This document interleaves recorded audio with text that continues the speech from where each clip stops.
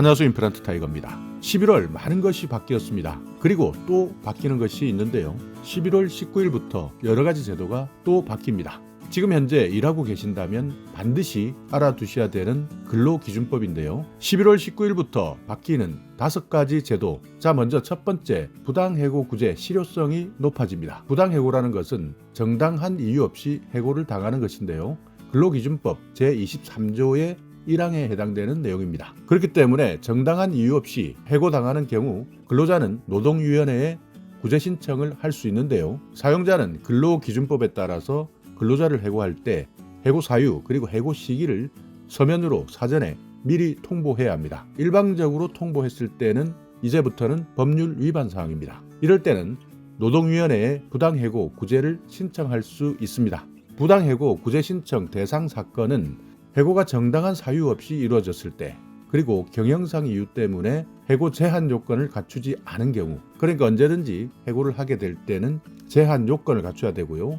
근로기준법, 남녀 고용평등과 일, 가정, 양립 지원에 관한 법률, 노동조합 및 노동관계조정법 이런 곳에서 정하고 있는 특정 해고 금지 사유를 위반해서 해고한 경우, 해고할 만한 사유가 아님에도 징계 양정을 과도하게 해서 해고한 경우, 법령 또는 단체 협약이나 취업 규칙에서 정한 해고 절차를 위반해서 해고한 경우, 해고할 수 없는 시기에 해고했을 때, 이럴 때는 부당해고 구제 신청 대상이 됩니다. 이렇게 위반했을 때는 위반 행위별 강제금이 부과되는데요. 정당한 이유 없는 해고에 대한 구제 명령을 이행하지 아니한 자 500만 원 이상 3천만 원 이하의 이행 강제금, 정당한 이유 없는 휴직, 정직에 대한 구제 명령을 이행하지 아니한 자 250만 원에서 1,500만 원, 정당한 이유 없는 전직, 감봉에 대한 구제 명령을 이행하지 아니한 자 200만 원에서 750만 원, 정당한 이유 없는 그 밖의 징벌에 대한 구제 명령을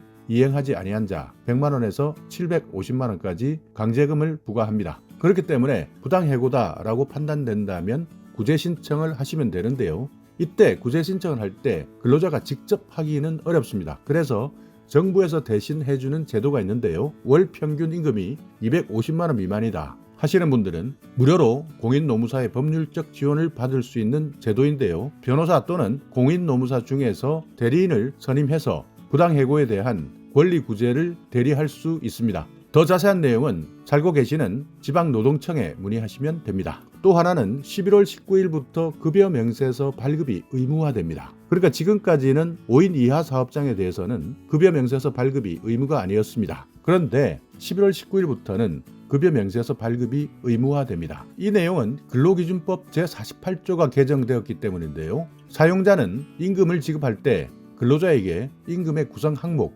계산 방법 또는 임금의 일부를 공제했을 경우 임금 명세서를 서면이나 전자문서를 통해서 교부하도록 합니다. 그러니까 지금까지는 급여 대장만 작성하게 되면 급여 명세서를 주지 않아도 됐는데요. 이번 법 개정 때문에 기존에 포함되지 않았던 5인 미만 사업장까지도 근로자에게 기재사항이 포함된 급여 명세서를 반드시 교부해야 됩니다. 그렇기 때문에 11월 19일부터는 내가 일하는 곳에서 급여 명세서를 주지 않는다 하게 되면 불법이 되는 것이죠. 또 하나는요, 급여 명세서에 필수 기재사항이 신설되었습니다. 그러니까 그동안은 5인 미만 사업장도 급여 명세서를 작성할 필요도 없었지만 급여 명세서에도 필수 기재사항이 기재되지 않은 것들도 있었습니다. 그러나 11월 19일부터는 급여 명세서 필수 기재사항은 반드시 들어가 있어야 합니다. 여기에서 필수 기재사항은요, 성명, 생년월일, 사원번호 등의 근로자를 특정할 수 있는 정보, 임금 지급일, 근로일수,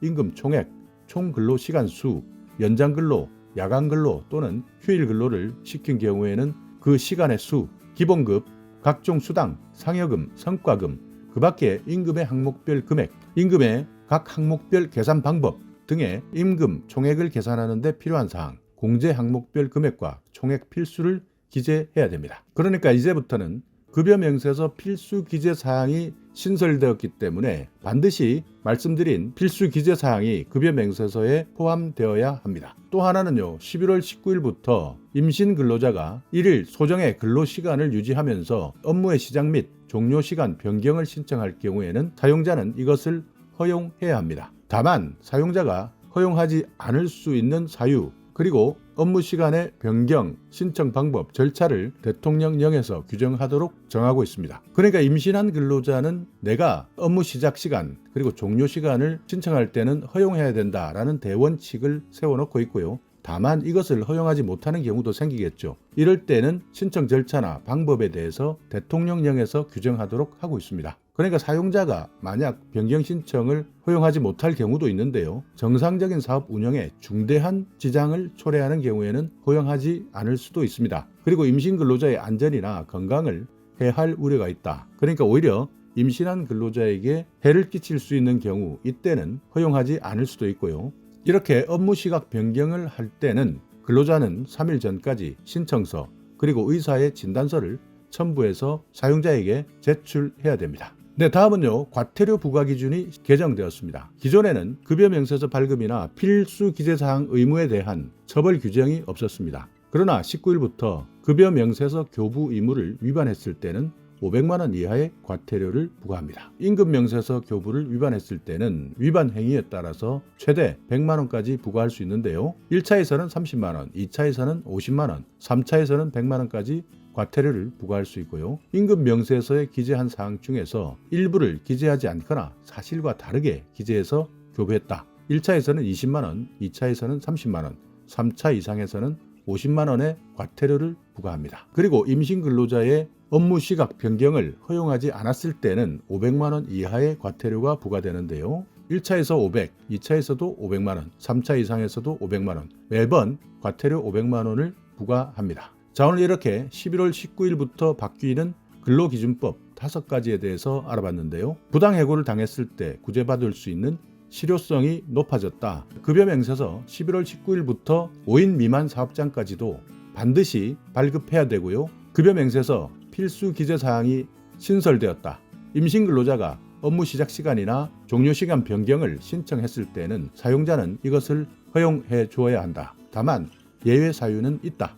그리고 급여 명세서 발급이나 임신 근로자의 업무 시각 변경을 허용하지 않았을 때는 여기에 따르는 과태료 부과 기준도 신설되었다 하는 내용 알아봤는데요. 일하시면서 특히 5인 미만 사업장에서 일하시는 분들 이제부터는 급여 명세서를 반드시 받으셔야 됩니다. 만약 주지 않는다면 근로기준법 위반에 해당되기 때문에 사용자에게도 반드시 요구하시고요. 그렇게 해야 더욱더 신뢰할 수 있는 직장 환경을 만들 수 있는 것이겠죠. 11월 19일부터 바뀌는 근로기준법 더욱더 자세한 내용들이 궁금하시다면 살고 계시는 지방노동청에 자세한 상담 받으시기 바라겠습니다. 자, 오늘 영상 여러분께 조금이나마 유익한 정보가 있었다면요.